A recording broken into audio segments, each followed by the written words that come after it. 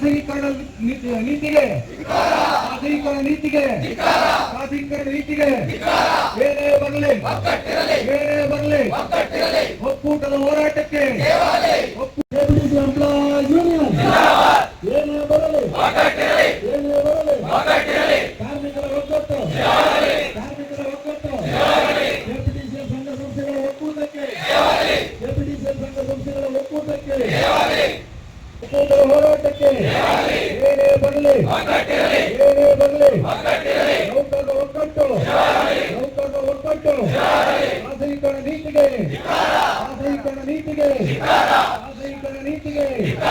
ಏನೇ ಬರಲಿ ನೌಕರರ ಒಕ್ಕಟ್ಟು ಒಕ್ಕೂಟದ ಹೋರಾಟಕ್ಕೆ ಏನೇ ಬರಲಿ ನೌಕರರ ಒಕ್ಕಟ್ಟು ಏನು ದ್ವಾರ ಸಭೆಯನ್ನು ಆಯೋಜನೆ ಮಾಡಿದ್ದೀವಿ. 2022ರಿಂದ ಈಚೆಗೆ ಬಹುಶಃ ನಾವು 3 ರಿಂದ 4 ಬಾರಿ ನಾವು ಖಾಸಗೀಕರಣದ ವಿರುದ್ಧ ಹೋರಾಟವನ್ನ ಇಡೀ ರಾಜ್ಯಾದ್ಯಂತ ಹೋರಾಟವನ್ನ ಮಾಡಿದ್ವು. ಆ ಖಾಸಗೀಕರಣ ಅಂತ ಹೇಳಿ ಕೊನೆಗೆ ಇವತ್ತು ಅತೃಪ್ತಿ ಬಂದೇ ಬಂದಿದೆ. ಈಗಾಗಲೇ ಕಳೆದ ತಿಂಗಳು 23ನೇ ತಾರೀಕು ಮುಂಬೈನ ಟಾಟಾ ಪವರ್ ಕಂಪನಿಯವರು ನಾವು ಕೂಡ ಕರ್ನಾಟಕ ರಾಜ್ಯದಲ್ಲಿ ವಿದ್ಯುತ್ ಸರಬರಾಜನ್ನ ಮಾಡ್ತೀವಿ ಅಂತೇಳಿ ಈಗಾಗಲೇ ಮಾನ್ಯ KERCಗೆ ಅಪ್ಲಿಕೇಶನ್ ಹಾಕೊಂಡಿದ್ದಾರೆ. ನಿಮ್ಗೆಲ್ಲರಿಗೂ ಗೊತ್ತು. ಆಲ್ರೆಡಿ ಅವರು ಅಪ್ಲಿಕೇಶನ್ ಹಾಕಿದ್ದಾರೆ. ಮುಂದೆ ನಾವೆಲ್ಲ ನೌಕರರು ನಮ್ಮ ಇಲಾಖೆಯನ್ನ ಉಳಿಸ್ಕೊಳ್ಳೋ ನಿಟ್ಟಿನಲ್ಲಿ ಏನು ಕ್ರಮಗಳನ್ನು ತಗೋಬೇಕು, ಹೋರಾಟಗಳನ್ನು ಮಾಡಬೇಕು ಅನ್ನೋ ನಿಟ್ಟಿನಲ್ಲಿ ಕಳೆದ 20 ದಿವಸದಿಂದ ಇಡೀ ರಾಜ್ಯಾದ್ಯಂತ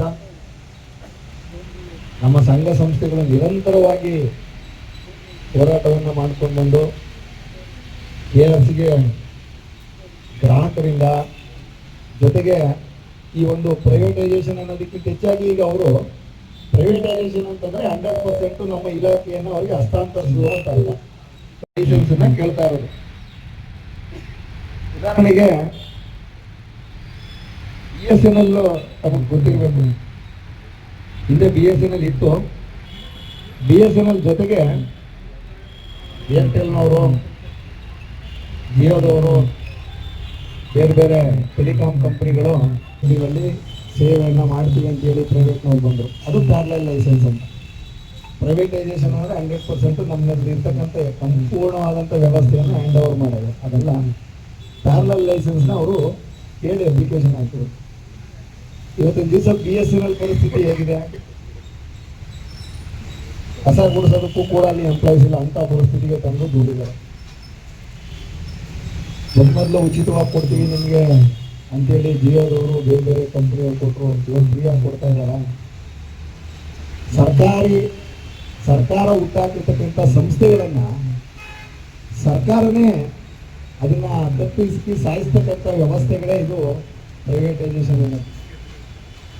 1902 ಇಸ್ವಿಯಿಂದ ಶುರುವಾದಂಥ ಈ ಒಂದು ವಿದ್ಯುತ್ ಕ್ಷೇತ್ರದ ಒಂದು ಪ್ರಾರಂಭ 100 ವರ್ಷಗಳ ಅವಧಿನಲ್ಲಿ ಸಾವಿರಾರು ಜನ ಜೀವವನ್ನು ತೆತ್ತಿ ಈ ಇಲಾಖೆಯನ್ನು ಇಷ್ಟು ದೊಡ್ಡ ಇಡೀ ರಾಜ್ಯದಲ್ಲಿ ಯಾವ ಮೂಲೆಗೆ ವಿದ್ಯುತ್ ಸರಬರಾಜಿಲ್ಲ. ಹಾಡಿಗಳು ಕೂಡ ಕಾಡುಗಳ ಒಳಗಿರತಕ್ಕಂಥ ಹಾಡಿಗಳಲ್ಲೂ ಕೂಡ ನಾವು ವಿದ್ಯುತ್ ಸರಬರಾಜನ್ನ ಕೊಡಬೇಕು. ಇಡೀ ದೇಶಾದ್ಯಂತ ಯಾವ ಮನೆ ಕೂಡ ವಿದ್ಯುತ್ ಸರಬರಾಜು ಇಲ್ಲದೇನೆ ಇರಬಾರ್ದು ಅನ್ನೋ ಒಂದು ಸರ್ಕಾರದ ಆದೇಶವನ್ನ ನಮ್ಮವರು ಅದನ್ನ ಮಾಡ್ತಕ್ಕಂಥ ಕೆಲಸ ಪ್ರಾಮಾಣಿಕವಾಗಿ ಮುಂಚೆನೂ ಮಾಡ್ಕೊಂಡು ಬಂದಿದ್ದಾರೆ. ಇತ್ತೀಚೆಗೆ ಇನ್ಫ್ರಾಸ್ಟ್ರಕ್ಚರ್ ಬಹಳ ಚೆನ್ನಾಗಿದೆ. ಎಲ್ಲಕ್ಕೂ ಕಂಬ ನೆಡಲಿಕ್ಕೆ, ವೈರ್ ಎಳಿಲಿಕ್ಕೆ ಬೇರೆ ಬೇರೆ ಇನ್ಫ್ರಾಸ್ಟ್ರಕ್ಚರ್ಗಳು ಬಂದಿದೆ. ಭಾಳ ಈಸಿಯಾಗಿ ಕೆಲಸ ಆಗ್ತಾ ಇದೆ. ಬಟ್ ಅವತ್ತಿನ ಕಾಲದಲ್ಲಿ ನಮ್ಮವರು ಒಂದು ಪವರ್ನ ಜನ್ರೇಷನ್ ಮಾಡಬೇಕಾದ್ರೆ, ಒಂದು ವಿದ್ಯುತ್ನ ಸರಬರಾಜು ಮಾಡಬೇಕಾದ್ರೆ ಎಷ್ಟೆಲ್ಲ ಕಷ್ಟಪಟ್ಟು ಎಷ್ಟೆಲ್ಲ ಜೀವವನ್ನು ತೆತ್ತಿ ಇಲಾಖೆಯನ್ನು ಕಟ್ಕೊಟ್ರು. ಅಂತ ಇದನ್ನ ಇಷ್ಟೊಂದು 1000 ಕೋಟಿ ರೂಪಾಯಿ ಇರ್ತಕ್ಕಂಥ ಅಸೆಟ್ಟನ್ನ ಯಾವತ್ತೋ ಒಂದು ಮುಂದಿನ ದಿವಸ ಖಂಡಿತವಾಗಲೂ ಪ್ಯಾರಲಲ್ ಲೈಸೆನ್ಸ್ ಅಂತ ಇವತ್ತು ಕಾಣಿಸ್ಬೋದು ನಮಗೆ. ನಾವು ನಿಮ್ಮ ಜೊತೆಗೆ ವಿದ್ಯುತ್ ಸರಬರಾಜನ್ನು ಮಾಡ್ತೀವಿ ಅಂತೇಳಿ ಟಾಟಾ ಕಂಪ್ನಿಯವರು ಹೇಳಿರ್ಬೋದು. ಮುಂದೊಂದು ದಿವಸ ಖಂಡಿತವಾಗ್ಲೂ ಇವ್ರನ್ನ ಬಿಟ್ಟರೆ BSNL ಆದಂಥ ಗತಿ ನಮ್ಮ ವಿದ್ಯುತ್ ಸರಬರಾಜು ಕಂಪ್ನಿಗಳಿಗೆ ಆಗೋದ್ರಲ್ಲಿ ಯೋಚನೆ ಮಾತೇ ಇಲ್ಲ.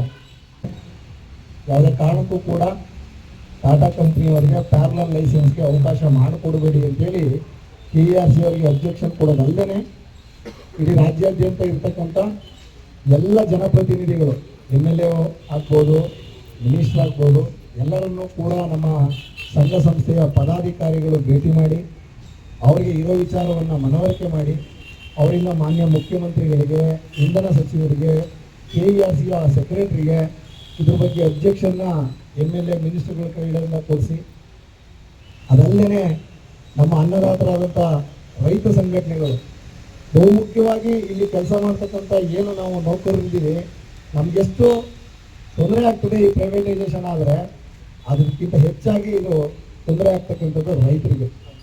ಯಾಕೆಂದರೆ ಹಲವಾರು ವರ್ಷಗಳಿಂದ ಅನ್ನದಾತರಿಗೆ ಉಚಿತವಾಗಿ ನೀಡ್ತಕ್ಕಂಥ ವಿದ್ಯುತ್ ಸೌಲಭ್ಯವನ್ನು ಮುಂದೊಂದು ದಿವಸ ಅವರಿಗೆ ಮೀಟರ್ನ ಅಳವಡಿಸ್ತೀವಿ, ಅವ್ರಿಗೆ ಬೆಲೆಯನ್ನು ತೆತ್ತಬೇಕಾಗ್ತದೆ ಅಂತಂಥ ಸಂದರ್ಭಗಳು ಬಂದಾಗ ಅವರು ಇವತ್ತಿನ ಒಂದು ಅವರು ಬಳಕೆಗೆ ತಕ್ಕಂತೆ ನಾವೇನಾದರೂ ಒಂದು ಬಿಲ್ ಮಾಡ್ತೀವಿ ಅಂದರೆ ಕಡಿಮೆ ಅಂದರೆ 15,000 ರಿಂದ 20,000 ರೂಪಾಯಿ ಒಬ್ಬ ವಿದ್ಯುತ್ ಗ್ರಾಹಕರಿಗೆ, ರೈತರಿಗೆ ಬಿಲ್ಲು IPSETಗೆ ಬರ್ತಕ್ಕಂಥದ್ದು ಒಂದು ಅಂದಾಜಿದೆ. ಅಷ್ಟು ದುಡ್ಡನ್ನ ತಿಂಗಳ ಅವ್ರು 10,000 15,000 ರೂಪಾಯಿ ಕಟ್ಟಿ ಪ್ರತಿ ತಿಂಗಳು 10,000 ರೂಪಾಯಿ 15,000 ರೂಪಾಯಿನ ಅವ್ರ ಇಲಾಖೆಗೆ ತೆತ್ತಿ ಅವ್ರ ಬೆಳೆಯನ್ನು ಬೆಳೆಯೋಕ್ಕೆ ಸಾಧ್ಯ ಇದೆಯಾ? ಅವರ ಅದು ಮುಂದೆ 100% ಆಗ್ತಕ್ಕಂಥದ್ದೇ. ಅದು ಯಾವುದೇ ಕಾರಣಕ್ಕೂ ಈ ಗೃಹ ಜ್ಯೋತಿ ಅನ್ನೋದನ್ನ ನಿರೀಕ್ಷೆ ಮಾಡೋಂಗಿಲ್ಲ, IPSETಗೆ ಫ್ರೀ ಅನ್ನೋದನ್ನ ನಿರೀಕ್ಷೆ ಮಾಡೋಂಗಿಲ್ಲ. ಈ ಥರದ್ದೆಲ್ಲ ವಾತಾವರಣಗಳು ಮುಂದೆ ಖಂಡಿತವಾಗಲೂ ಕಾದಿರ್ತಕ್ಕಂಥದ್ದು. ಹಾಗಾಗಿ ಇದನ್ನೆಲ್ಲ ಕೂಡ ವಿರೋಧ ಮಾಡಿ ನಾವು ಈ ಒಂದು ಖಾಸಗೀಕರಣವನ್ನು ವಿರೋಧ ಮಾಡುವಂಥ ಸಂದರ್ಭ. ಈಗ ತಾನೇ ಈ ಕಾರ್ಯಕ್ರಮವನ್ನು ಅಧಿಕೃತವಾಗಿ ಪ್ರಾರಂಭ ಮಾಡೋಣ. KPTC ಎಂಪ್ಲಾಯೀಸ್ ಯೂನಿಯನ್ ಜಿಂದಾಬಾದ್, KPTC ಎಂಪ್ಲಾಯೀಸ್ ಯೂನಿಯನ್ ಜಿಂದಾಬಾದ್. ಏನೇ ಬರಲಿ KPTCL ಸಂಘ ಸಂಸ್ಥೆಗಳ ಒಕ್ಕೂಟಕ್ಕೆ, KPTCL ಸಂಘ ಸಂಸ್ಥೆಗಳ ಒಕ್ಕೂಟಕ್ಕೆ, KPTCL ಸಂಘ ಸಂಸ್ಥೆಗಳ ಒಕ್ಕೂಟಕ್ಕೆ.